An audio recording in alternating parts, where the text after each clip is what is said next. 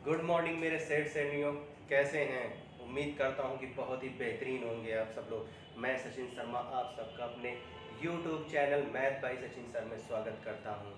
बहुत दिनों बाद हम लोग मिलने जा रहे हैं, काफ़ी क्योंकि गैपिंग हो गई थी, लेकिन फिर से आज से आगाज़ होगा।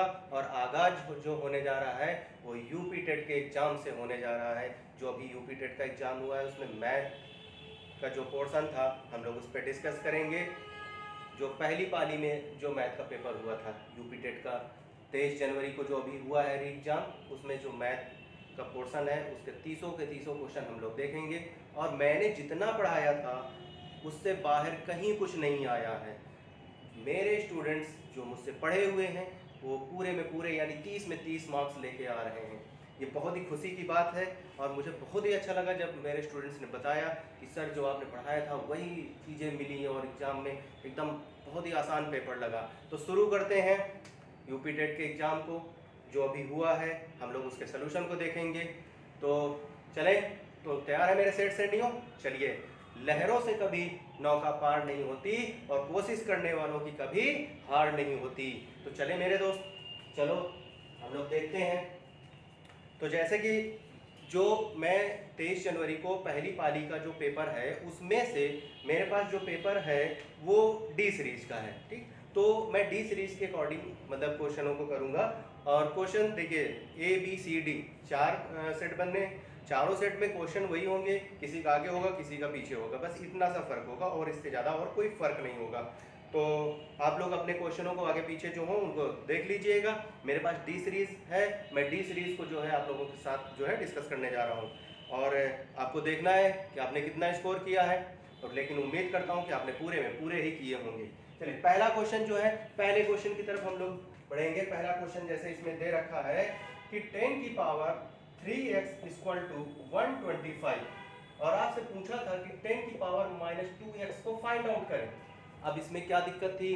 कुछ दिक्कत नहीं थी मेरे भाइयों, कोई दिक्कत नहीं थी, कुछ नहीं। आपको बस क्या लिख देना था, 10 की पावर x की होल पावर 3 इक्वल टू 5 की पावर 3, 3 से 3 कट गया। लाना क्या था? 10 की पावर -2x और आपके पास 10 की पावर x आ ही चुका था, तो बस -2 से ऊपर जो है इसको मल्टीप्लाई कर देना था। तो ये क्या हो जाता? 5 की पावर -2। अब 5 की पावर -2 जैसे ही आपका होता तो आपको क्या मालूम चल जाता? 1/25। तो कौन सा होता? इसमें जो है थर्ड ऑप्शन सही है। इसका कौन सा ऑप्शन सही हो जाता? थर्ड ऑप्शन, यानी तीसरा ऑप्शन सही हो जाता है इसमें से, ठीक। नेक्स्ट क्वेश्चन की तरफ बढ़ते हैं। नेक्स्ट क्वेश्चन भाई कौन सा है आपका? नेक्स्ट क्वेश्चन ये कह रहा है कि 16,075 को किसी संख्या से भाग देने पर भागफल 167 तथा शेष फल 43 प्राप्त होता है, तो भाजक क्या होगा? अरे भाई इसमें क्या था? कुछ भी नहीं था। आपको पता है कि कैसे लिखा जाता है? ए बी बाई सी, यानी ये भागफल होता है, ये शेषफल होता है, ये भाजक होता है। इतना तो पता ही, मैंने पढ़ा रखा है। तो अरे इसमें करना क्या था? कुछ नहीं करना था। 167 43 और यहाँ पर क्वेश्चन मार्क आपका क्या लाना था? ये लाना था। अब बताओ, ऑप्शन से ही हो जाना था, इसमें कुछ नहीं करना था मेरे दोस्तों, केवल ऑप्शन से। ऑप्शन में अच्छा चलिए, पहला ऑप्शन जैसे है 56, इसको मैं 5 को लेके चलता हूँ। तो देखिए 16 पंचे 80, यानी ये इससे बहुत ही पीछे हैं, तो यानी ये हमारे काम का नहीं है। फिर हमने देखा 70 को ले लें, तो ये भी अपने किसी काम का नहीं। अगर हम 9 की बात करें तो 16 ही 144 होता है, यानी 144, यानी 14 से ऊपर जा रहे हैं, तो कौन? तभी तो हम 16 के करीब पहुंचेंगे। तो यहाँ पर हमारा क्या हो जाएगा? 96 हो जाएगा। तो इसका कौन सा ऑप्शन होगा? लास्ट ऑप्शन सही होगा। क्लियर है? चलिए तीसरा नेक्स्ट क्वेश्चन की तरफ बढ़ते हैं। बहुत ही जल्दी जल्दी करेंगे क्योंकि ये कोई क्लास नहीं है, मैं सिर्फ आपको ये दिखा रहा हूँ कि आप जो है अपने क्वेश्चनों को देखिए कितना आपने सही किया। नेक्स्ट क्वेश्चन आपसे कह रहा है 50 से छोटे धन पूर्णांकों में अभाज्यों की संख्या ज्ञात करो। अरे भैया इसमें क्या दिक्कत थी? मैंने आपको ये पढ़ाया था कि क्या पढ़ाया था? 44 22 32 23 21। अरे ये पढ़ाया था कि नहीं? ये मैंने कहा था 10 का है, 20 का है, 30 40 50 60 70 80 90 100। अरे आपसे 50 का ही तो पूछा था, तो 1 2 3 4 5 बस इतना ही तो था। 4 4 8 2 10 2 4 3 15, तो कितना हो जाएगा इसका आंसर? 15। सॉल्व ही नहीं करना था। अरे ऐसा कुछ कोई मतलब इसमें क्वेश्चन ऐसा नहीं जिसमें आपको सॉल्व करना हो, बहुत ही मेहनत लगनी हो। चलिए नेक्स्ट क्वेश्चन की तरफ बढ़ते हैं। नेक्स्ट क्वेश्चन आपका क्या कह रहा है? नेक्स्ट क्वेश्चन कह रहा है कि दो संख्याओं में से बड़ी संख्या का दुगना छोटी संख्या के 5 गुने से 3 ज्यादा है तथा बड़ी संख्या के 4 गुने से छोटी संख्या के 3 गुने का योग 71 है, वे संख्याएं ज्ञात करो। अरे भैया इसमें क्या दिक्कत थी, ऑप्शन से उठा लो सबसे पहले। ठीक, अब देखिए 11 9 को अगर मैं उठा लूं भैया तो 11 का क्या कर दूं, अगर दुगना कर दूं तो 22 हो जाएगा, और 9 का कर दूंगा 45 से तो होना ही नहीं था, 43 से भी नहीं होना, 17 दूना 34 और 5 भैया ये भी नहीं होना। कौन सा ऑप्शन दिख रहा है, 14 और 5। मैंने कहा अरे भैया 14 और 5, 14 को क्या कर दो, दुगना कर दो तो 14 दूना 28, अब इसका भैया 5 गुना कर दो तो ये हो जाएगा 25, और डिफरेंस देखा तो 3, तो भैया आ गया कि नहीं आ गया, भैया आ गया। क्लियर हो गई बात, चले आगे, चलो भाई नेक्स्ट क्वेश्चन की तरफ बढ़ा जाए। कह रहा है एक वर्ग का क्षेत्रफल जिसकी एक भुजा 8 सेंटीमीटर तथा जो एक आयत है उसके क्षेत्रफल के बराबर है और जिसकी लंबाई 16 सेंटीमीटर, आयत की चौड़ाई। अब बताओ भैया अगर वर्ग का क्षेत्रफल और आयत का क्षेत्रफल दोनों आपस में बराबर है और वर्ग का क्षेत्रफल कितना कह रहा है, वर्ग का क्षेत्रफल ये आपका आयत हो गया और ये आपका वर्ग हो गया, भैया इसका होता है भुजा स्क्वायर। ठीक है, इसका क्या होता है भुजा स्क्वायर, और इसका होता है लंबाई गुणे चौड़ाई, क्षेत्रफल आपको मालूम है। अब दोनों आपस में बराबर है दोनों। अब भैया इसका 64 कह रहा है, इसकी एक भुजा 16 है तो 16 चौको 64 ही तो होगा जब आपस में बराबर हो जाएंगे, तो कौन सा ऑप्शन हो जाएगा, सेकंड ऑप्शन हो जाएगा 4। नेक्स्ट क्वेश्चन की तरफ बढ़ते हैं। नेक्स्ट क्वेश्चन कह रहा है, अब भैया मासा निकालने को आ गया, और मैंने भाई खूब पढ़ाया आप लोगों को, बहुत अच्छे से पढ़ाया है कि भिन्नों का मासा लेना हो या भिन्नों का लासा लेना हो। तो जब मैंने कहा था कि भिन्नों का मासा लेना हो तो मैंने क्या कहा था, जो चीज पूछ रहा हो वो ऊपर रहेगा बाकी नीचे, तो मासा पूछ रहा है तो मासा ऊपर रहेगा लासा नीचे हो जाएगा। अब भैया क्या कह रहा है, इसमें कुछ नहीं कह रहा, कह रहा 14/33 42/55 और भैया 21/22। अब मासा कह रहा, अब भैया यहाँ पर क्या निकलेगा, केवल 7 ही तो कॉमन है भैया, 7 दूनी 14 7 42 7 21, इसके अलावा कुछ है ही नहीं है, तो सिर्फ 7 ही तो मिलेगा। अब भैया इसका नीचे कर लो तो 33 हो गया, 11/55 हो गया, 11 दूना 22 हो गया। अब इसका नीचे से लासा ले लो तो भैया मासा क्या हो जाएगा 7, अब क्या हो जाएगा 11, क्या कॉमन में 3 2 5 3 5 2, तो भैया गिरते हैं 33 और 5 दूनी 10, तो क्या हो जाएगा 7/330। बताइए भैया इसमें क्या करना था, कौन सी दिक्कत आ रही थी आपको जो नहीं कर पा रहे थे, तो यानी इसका कौन सा हो जाएगा, सेकंड ऑप्शन हो जाएगा 7/330। चलिए नेक्स्ट क्वेश्चन की तरफ बढ़ते हैं। नेक्स्ट क्वेश्चन कह रहा है 7 + 2√10 का वर्गमूल ज्ञात करें। अरे भैया बहुत पढ़ाया है इसको भी, इतना पढ़ाया है सिंप्लीफिकेशन में कि पूछिए मत। क्या क्वेश्चन था कि 7 + 2√10। अरे भैया मैंने कहा था ये जो है a² + b² होता है और ये आपका जो है 2ab बनता है, यही तो करना था मुझे। अब मुझे यहाँ से ab को फाइंड आउट कर लेना था, तो देखिए 2 से 2 की बात थी भैया, इसके फैक्टर कर लो तो कितना हो जाएगा 5 दूनी 10, तो क्या दिक्कत थी, 5 का रूट 5 का स्क्वायर 5, √2 का स्क्वायर 2, 5 2 7 आ रहा था, बस तुरंत आंसर आपको मानना था कि भैया ये होगा आंसर। कौन सा है, लास्ट ऑप्शन, कोई दिक्कत की बात नहीं थी इसमें। नेक्स्ट क्वेश्चन की तरफ बढ़ते हैं, एकदम तैयार रहे मेरे शेर शेरनियों, पेपर में कोई दम नहीं थी, जिन्होंने पढ़ा था उनके लिए पेपर में मतलब इनके लिए तो पेपर कुछ नहीं था, और जिन्होंने पढ़ा नहीं उनके लिए तो कुछ भी आ जाए उनके लिए तो टफ ही रहता है। नेक्स्ट क्वेश्चन क्या कह रहा है, एक वर्ग और एक समबाहु त्रिभुज की एक भुजा उभयनिष्ठ है, यदि त्रिभुज की एक भुजा 4/3 सेंटीमीटर है तो इस आकृति का परिमाण। अरे बताओ ये समबाहु त्रिभुज है, समबाहु त्रिभुज है, समबाहु त्रिभुज में क्या होता है, तीनों भुजाएं आपस में बराबर है, एक भुजा अगर 4/3 है तो इसका परिमाप कितना हो जाएगा, 3 से गुणा हो जाएगा तो यानी 4 हो जाएगा इसका। अरे इसका 4 हो जाएगा, बाकी क्या है भाई कॉमन है इसमें, उभयनिष्ठ है, तो भैया बाकी वर्ग बचा, वर्ग क्या क्या हो जाएगा 4/3 × 2 यानी 8/3 हो जाएगा, भैया 4 + 2 सही कितना हो जाएगा 3 दूनी 6 2/3, अब इसको जोड़ दोगे 6 सही 2/3 आ जाएगा। भाई क्या दिक्कत थी इसमें, कौन सा सेकंड ऑप्शन हो जाएगा 6 सही 2/3। चलिए नेक्स्ट क्वेश्चन की तरफ आगे बढ़िए। नेक्स्ट क्वेश्चन क्या कह रहा है, बहुत जल्दी बहुत तेजी के साथ खत्म करना है इसको। नेक्स्ट क्वेश्चन कह रहा है निम्नलिखित में से कौन सी संख्या 99 से विभाजित होती है। अब बताओ भैया ये, अरे मैंने कितना पढ़ाया था, 999 999 जो है आप सबको पढ़ाया था, 87 पढ़ाया था, 37 का पढ़ाया था, 13 11 इतना पढ़ाया था कि पूछिए मत। अब भैया ये कह रहा है 99, तो 99 के फैक्टर कर लोगे 11 9 हो जाए, यानी जो संख्या 11 से डिविजिबल हो और जो संख्या 9 से डिविजिबल हो। तो ऑप्शन में देख लो भैया, पहला ऑप्शन क्या कह रहा है कि 13 57, ये पहला ऑप्शन है ए पार्ट। बी पार्ट में कह रहा है 11 43 45। सी पार्ट में क्या कह रहा है 35 72 406 कह रहा है। लास्ट में क्या कह रहा है 91 34 और 62, ये कह रहा है। तो भैया मैंने पहले कहा था 11 का रूल देखेंगे। 11 में मैंने क्या कहा था, दो दो के पेयर बना के देखेंगे। इसमें दो दो के पेयर बना के देख लिया। 11 से अगर डिविजिबल करेंगे तो क्या हो जाएगा, पहले 9 से क्या हो जाएगा, सबका योग देख लो भैया। तो क्या हो जाएगा, 9 1 10, 10 5 15 3 18, 18 2 20 27, ये तो 9 से डिविजिबल है, यानी 9 से तो डिविजिबल है 27, ठीक। अब 11 से देख लो, तो 11 से अगर भाग करोगे तो कितना ज्यादा है, 2 ज्यादा है। फिर इधर आ जाओगे 11 5 55, 2 ज्यादा है। और इधर अगर आ जाओगे तो 11 88, यानी सब प्लस में जा रहा था, ये तो होना ही नहीं था। अब इसमें देख लो, दो दो के पेयर बना लो, 11 के अलग 11 और 11 चौक 44, कितना कम है, एक कम है, और 11 चौक 44 एक ज्यादा है, तो प्लस माइनस यानी जीरो, यानी ये तो जीरो, यानी ये संख्या 11 से डिविजिबल है। अब क्या देख लें, 9 से भी डिविजिबल है, तो भैया 9 से डिविजिबल के लिए देख लेते हैं।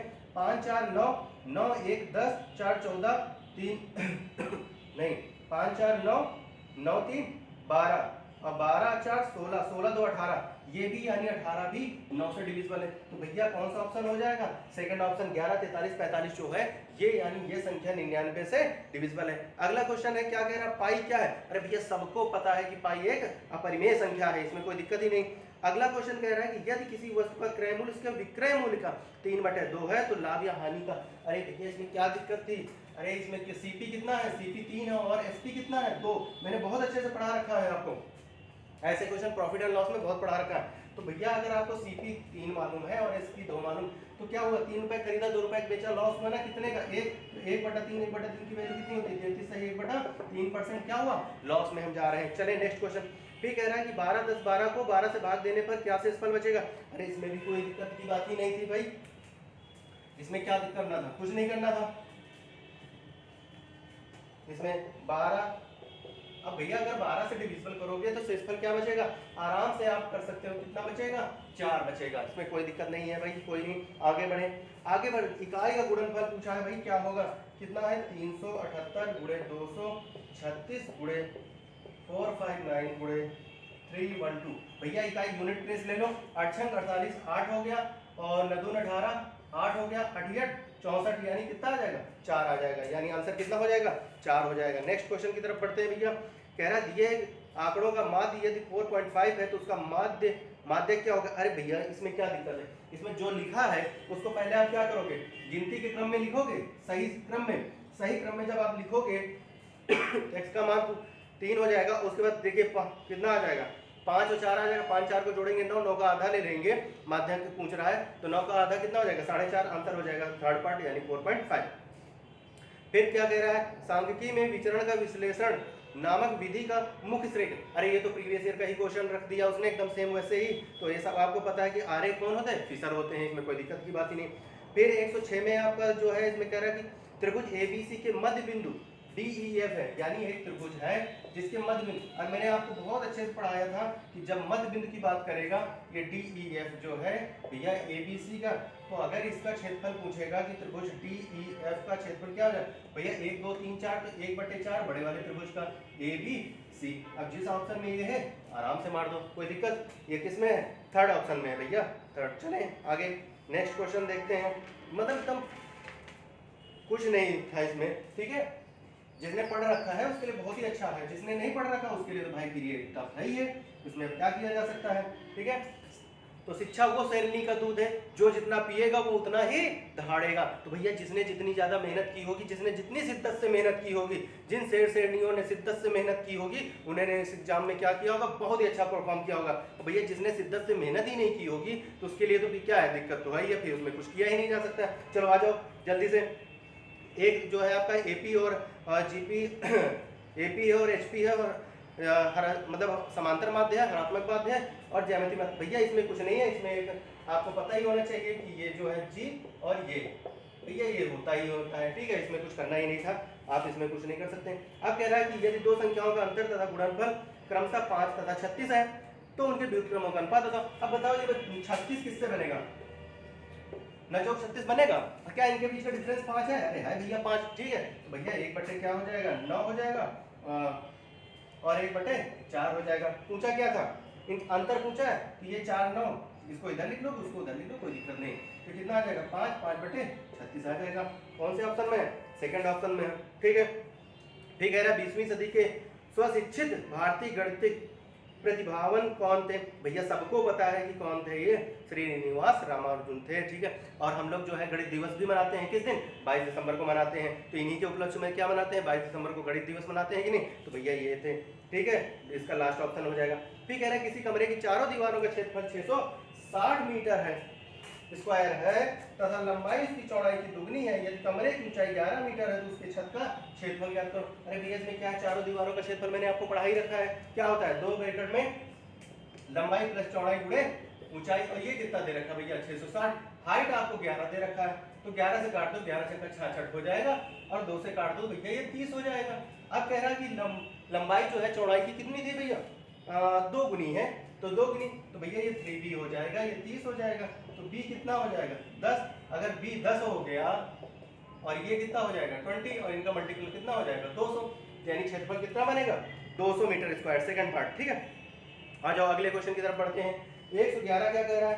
यदि a/3 = b/4 = c/7 हो तो a + b + c/c। अरे भैया मैंने इसमें बताया था, अलजेब्रा में बहुत ही पढ़ाया आपको, बैलेंस सिंप्लीफिकेशन में भी पढ़ा रखा है टेट के बच्चों को। तो इसमें क्या है? a के नीचे जो बैठा वही मान हो जाएगा, तो a + b + c/c। तो आपको क्या करना है? 3 + 4 + 7 बटे भैया 7, 7 3 10 4 14/7, यानी आंसर कितना आ जाएगा?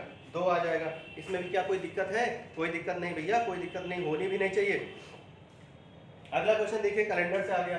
बहुत पढ़ाया है कैलेंडर क्लॉक जो है आप सबको। ठीक है, तो इसमें तो कुछ था ही नहीं है। इस कह रहा है कि यदि 5 जनवरी 1991 को शनिवार था तो 3 मार्च 1992 को कौन सा दिन पड़ेगा? तो भैया कह रहा है कि 3 जनवरी 1991 को अगर सैटरडे है, तो आपसे पूछ रहा है कि 3 मार्च 1992 को कौन सा दिन? अरे बताओ भैया ये क्या है? ये लीप वर्ष है कि नहीं 1992 में? तो भैया ठीक है, 3 जनवरी को जो दिन रहेगा वही तो क्या हो जाएगा? 3 जनवरी 1992 में। तो हम यहां से देख लेते हैं कि जनवरी, फरवरी और मार्च। ठीक, जनवरी में भैया 3 निकल गए, तो जनवरी का महीना कितना होता है? 31 का, 31 में 3 निकाल दो तो कितना हो जाएगा? ये यहां से 28 हो जाएगा। फरवरी ये लीप ईयर है, तो ये आपकी 29 की हो जाएगी। मार्च में कहाँ तक है? 3 मार्च तक 3। अब भैया इन सबको जोड़ लो। ठीक है, तो 9 और 17, 17 और 3 30, 17 3 20 का 0 फिर आया 2, और 2 2 4, 4 2 6। ठीक है, अब चलो 7 से डिवाइड कर लो। 7 से अगर भाग करोगे तो कितना हो जाएगा? 7 56, कितना बच जाएगा? 4 और 4/7। तो ये शनिवार था, शनिवार से आप बढ़ा दो, शनिवार से आप बढ़ाओगे तो कितना हो जाएगा? ये 3 जनवरी नहीं है, ये 5 जनवरी है। इसको सही कर लेते हैं। 5 जनवरी, 3 जनवरी नहीं था, ये 5 जनवरी, ये 5 जनवरी हो जाएगा। तो कोई बात नहीं, इसको सही कर देते हैं। हमने जो है 3 ही जनवरी ले लिया था, 3 मार्च था, ये 5 जनवरी है। 5 जनवरी, तो अगर 5 में, तो 31 में 5 चले जाएंगे, कितने बचेंगे भैया? 26 बचेंगे। ये हो जाएगा 26, ये हो जाएगा 29, इसीलिए तो आंसर नहीं आ रहा था, और ये हो जाएगा 3। अब जोड़ लो भैया। ठीक है, 9 6 15, 15 3 18 के 8, हासिल आया 1 2 2 4 1 5, 58। अब भैया इसको 7 से भाग कर लो, तो क्या हो जाएगा? 7/56, 56 2 58 होते हैं, 2/7। भैया 2 दिन आगे बढ़ा लो, सैटरडे से 2 दिन आगे, तो सैटरडे से अगर 2 दिन आगे बढ़ाओ तो क्या आ जाएगा? मंडे। लेकिन भैया ये लीप वर्ष है, तो 1 दिन और आगे बढ़ा लोगे तो कौन सा दिन आ जाएगा? मंडे से एक आध ट्यूसडे आ जाएगा भैया। यानी उस दिन कौन सा दिन था? 3 मार्च 1992 को मंगलवार था। चले आगे। अब देखिए, ये आपका आ गया बॉड मास से रिलेटेड क्वेश्चन आ गया। भैया इसमें क्या दिक्कत है? कोई दिक्कत नहीं थी, क्वेश्चन में कुछ है ही नहीं है। आप कुछ नहीं, देखिए क्या कह रहा है। अब देखिए इसको जो नीचे है 3 को, इसको रिवर्स मार दो तो ये -1 में चला जाएगा। तो जब माइनस माइनस का हो जाएगा 3 की पावर 3 हो जाएगा, फिर 4 ऊपर जाएगा तो ये भी बन जाएगा 4 का स्क्वायर। और भैया भाग है, ठीक है, इसको पलट दो तो ये कितना हो जाएगा? 3 27 हो जाएगा, और ये 16 हो जाएगा।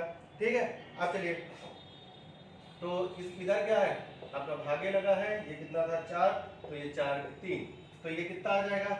11, और 4 4 16 4 64, यानी 11/64 आ जाएगा। क्लियर हो गई बात? चलिए फिर नेक्स्ट क्वेश्चन कह रहा है, एक त्रिभुज की रचना करने के लिए संभव भुजाएं। मैंने आपको बहुत ही बड़ा रखा है ट्रायंगल में, भैया जब दो भुजाओं का योग तीसरी से बड़ा होगा तभी क्या होगा?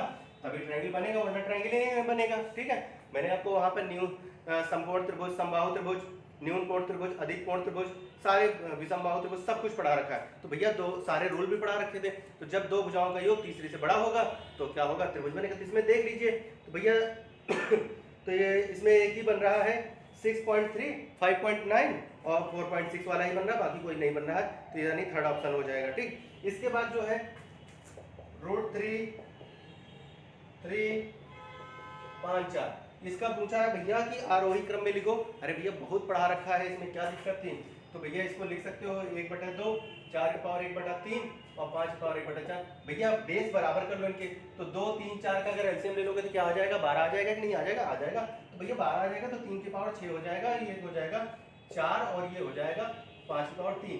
ये भैया बन जाएगा 125, ये 4 4 16 64 256 बन जाएगा और ये बन जाएगा 27 27 यानी 729 बन जाएगा। क्या दिक्कत है भाई, अब भैया अरेंज कर लो। क्या पूछा था, ठीक है। तो कौन सा ऑप्शन जाएगा, लास्ट ऑप्शन जाएगा। तो सबसे छोटी वैल्यू किसकी है ये, तो भैया ये आंसर में ये बन जाएगा 4। फिर उसके बाद कौन सा आएगा, इसको आज रख दो आप और फिर बाद में √3 रख दो, बस हो गया लास्ट ऑप्शन। क्लियर, कोई दिक्कत, कोई दिक्कत नहीं होनी चाहिए। ठीक है, चलो अगले क्वेश्चन की तरफ बढ़ो। अब कह रहा है कि यदि अवरोही क्रम में रखे गए आंकड़ों के दोनों छोरों से प्रेक्षण हटाए जाते हैं तो केंद्रीय प्रवृत्ति के कौन से मापक प्रभावित होते हैं। इसमें कुछ नहीं करना है, आपको सब पता है कि माध्य और बहुलक ही प्रभावित होंगे। फिर कह रहा है कि 5 सेंटीमीटर बाजू वाले एक घन के सभी फलकों पर रंग लगाया जाता है। यदि इसे 1 सेंटीमीटर क्यूब वाले घनों में काटा जाए तो 1 सेंटीमीटर क्यूब वाले कितने घनों में केवल एक ही फलक पर रंग होगा। अरे मैंने घन और घनाभ आपको बहुत ही अच्छे से पढ़ा रखा है, घन और घनाभ दोनों ही पढ़ा रखा है। तो अब इसमें क्या दिक्कत है, पहले 5 को 1 से डिवाइड कर दोगे कितना आ जाएगा 5, यानी अगर हम कट करेंगे तो जो कट मार रहे हैं तो उसमें कितनी होगी भुजा, वो 5 सेंटीमीटर की बनेगी। भैया इसके लिए होता है 2 ब्रैकेट में m-2 l-2 n-2 बस 5 तो क्या हो जाएगा 2, 5 में 2 हो गया 3, यहाँ से भी 3 और यहाँ 3 3 27 27 2 54 होता है। तो यहाँ आपका आंसर कितना हो जाएगा 54 हो जाएगा, इसमें कोई दिक्कत नहीं। फिर कह रहा है पंचभुजों के अंतःकोणों का योग ज्ञात करें। अरे भैया इसको बहुत अच्छे से पढ़ाया है कि क्या होता है 180 गुणे n-2 ही होता है। क्या होता है योग, अगर प्रत्येक भुजा का पूछ रहे डिवाइड कर दीजिए n से। अगर योग पूछा है तो n नहीं रहेगा। अब क्या पंचभुज है तो भैया 5 है, 5 में 2 चला जाएगा 3 18 3 54 हो जाएगा, तो 540। इसमें क्या दिक्कत थी, कोई दिक्कत नहीं होनी चाहिए थी। इसके बाद फिर अगला क्वेश्चन जो है वो क्या कह रहा है, कह रहा है एक खंभे का 4/5 भाग कीचड़ में धंसा हुआ है। कितना 4/7 भाग कीचड़ में धंसा हुआ है। जब धंसे हुए का 1/3 भाग हम बाहर निकाल लेते हैं तो पाया जाता है कि 8 मीटर ही खंभा। तो भैया ठीक है 4/7 भाग धंसा हुआ था और 4/7 में से 1/3 हम निकाल लेते हैं तो 8 बचता है, क्या दिक्कत है। तो भैया ये 7 21 हो जाएगा, इसको भी 3 से गुणा मार दो तो 21 तो हो जाएगा। तो ये कितना होगा 4 से 12 हो जाएगा, 12 - 4/21 = 8। ये 8 कट जाएगा तो कितना आ जाएगा 21 आ जाएगा। यानी खंभे की लंबाई कितनी है 21 मीटर है। कोई दिक्कत है, कोई दिक्कत नहीं होनी चाहिए मेरे सेठ श्रेणियों। एकदम शिद्दत से मेहनत करनी है जिससे कि यूपी टेट में अच्छे मार्क्स आए और आगे जो है सुपर टेट में बैठ के हम लोग बेहतरीन स्कोर तैयार करें। और एक चीज़ याद रखना मेरे सेठ श्रेणियों, जो जितनी शिद्दत से मेहनत करेगा वो हर एग्जाम में बैठेगा और हर एग्जाम को क्लियर करेगा। क्लियर है, आ जाओ फिर नेक्स्ट लास्ट क्वेश्चन कह रहा है। अरे भैया एक वर्क एंड टाइम, अगर मेरे प्रीवियस ईयर के वीडियो ही देख लो जाके, जो मैंने वीडियो लोड कर रखे हैं, ठीक है, उसमें ही ये क्वेश्चन मिल जाएगा, विद डिजिट के साथ मिल जाएगा। अगर आपने मेरे पुराने वीडियो देखे होंगे तो ये क्वेश्चन आपको उसमें विद डिजिट के साथ मिल जाएगा, डिजिट भी नहीं बदली होगी। कह रहा है ए और बी 12 दिन में करते हैं, ठीक है भैया, ए और बी 12 दिन में कर लो, ठीक है। बी और सी कितने दिन में करते हैं, ये भैया 15 दिन में कर रहे हैं बी और सी। और सी और ए कितने दिन में कर रहे हैं, ये 20 दिन। भैया इनका एलसीएम ले लो 60 हो जाएगा, 12 × 5 = 60, 15 × 4 = 60, 20 में 60। अगर इनको जोड़ दोगे तो ये कितना आ जाएगा 12, 12 को 2 से डिवाइड कर दो तो 6। अब पूछा किसका है, ए का पूछा है, तो बी सी की कितनी वैल्यू है 4, 6 में 4 चला जाएगा कितना आ जाएगा 2। तो भैया ए बराबर कितना हो जाएगा 60/2 यानी 30 दिन में। ए कितने दिन में 30 करेगा, ये कितने दिन में काम करेगा 30 दिन में काम करेगा। भैया 30 के 30 क्वेश्चन आपके जो हैं डिस्कस हो गए हैं। अब आप देख लीजिए कि आपने कितना स्कोर इसमें तैयार किया है, कोई दिक्कत की बात नहीं होनी चाहिए। हम लोग अब आगे जो है जितने भी अब वीडियो बनेंगे वो आपके प्रॉपर तरीके से बनना शुरू हो जाएंगे जैसे मैंने पहले बनाए थे। और आपको यूट्यूब में फ्री यही सब कुछ मिल जाएगा, कहीं भी जाने की ज़रूरत नहीं है अगर आप यहाँ बने हुए हैं तो। ठीक है मेरे सेठ सेंडियो, तो आपका कंप्लीट हो गया है। अब आप लोग जो है अपना स्कोर देख लीजिए कि कितना बना। 30 में 30 बनना चाहिए, इससे कम नहीं बनना चाहिए। अगर इससे कम बन रहा है तो फिर समझ लीजिए कि आपने बड़ी शिद्दत से मेहनत नहीं किया, और जो जितनी शिद्दत से मेहनत करेगा वो उतना ही अच्छा परफॉर्म भी करेगा, ये इस बात को ध्यान रखिएगा। तो ठीक है, अगर वीडियो अच्छा लगे तो लाइक और सब्सक्राइब करिए, अपने दोस्तों के साथ शेयर करिए। ठीक है, चलिए ठीक है, ओके दोस्तों, जय हिंद।